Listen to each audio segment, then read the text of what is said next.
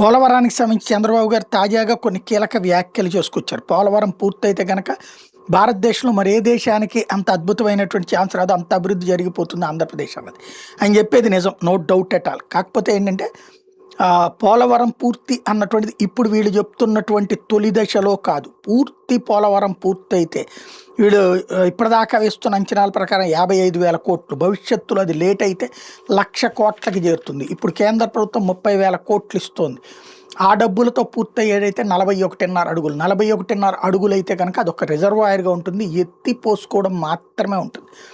అదే పూర్తి స్థాయి పోలవరం కంప్లీట్ అయితే 1,00,00,000 ఎకరాలకి, ఇప్పుడు ఇదైతే కనుక ఒక 10-15 లక్షల ఎకరాలకి స్థిరీకరణ, ఒక 5 లక్షల ఎకరాలు ఏమో కొత్త తప్పించి పెద్దగా ప్రయోజనం ఏమీ ఉండదు. ఒక బ్రిడ్జి అలా కాస్త కరెంటు ఇది వస్తుంది. అలా కాకుండా ఈ పూర్తి స్థాయి సద్వినియోగం కావాలంటే పోలవరం పూర్తి స్థాయిలో జరగాలి. అందులో భవిష్యత్తులో గూగుల్ డేటా సెంటర్ లాంటిది విశాఖపట్నంలో పెట్టడంతో పాటు అదొక డేటా హబ్ కిందకి మారుస్తామంటున్నారు. అంటే విపరీతమైన నీటి వినియోగం అవసరం అవుతుంది.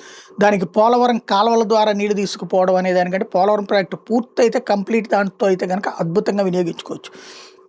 మరి అది చేస్తారా లేదా అన్నటువంటి చూడాల్సి ఉంది. అదే సందర్భంలో పోలవరానికి సంబంధించి ఇప్పుడు రాయలసీమ ఎత్తిపోతల పథకంతో నష్టం చేకూరుస్తున్నారన్న ప్రచారం ఉన్నటువంటి నేపథ్యంలో దాన్ని డైవర్ట్ చేయడానికి పోలవరం పూర్తి చేసేస్తున్నాం, మేము అద్భుతం చేస్తున్నాం అన్నటువంటిది బాబు గారు స్ట్రాటజిక్గా తీసుకొస్తున్నారు అన్నమాట.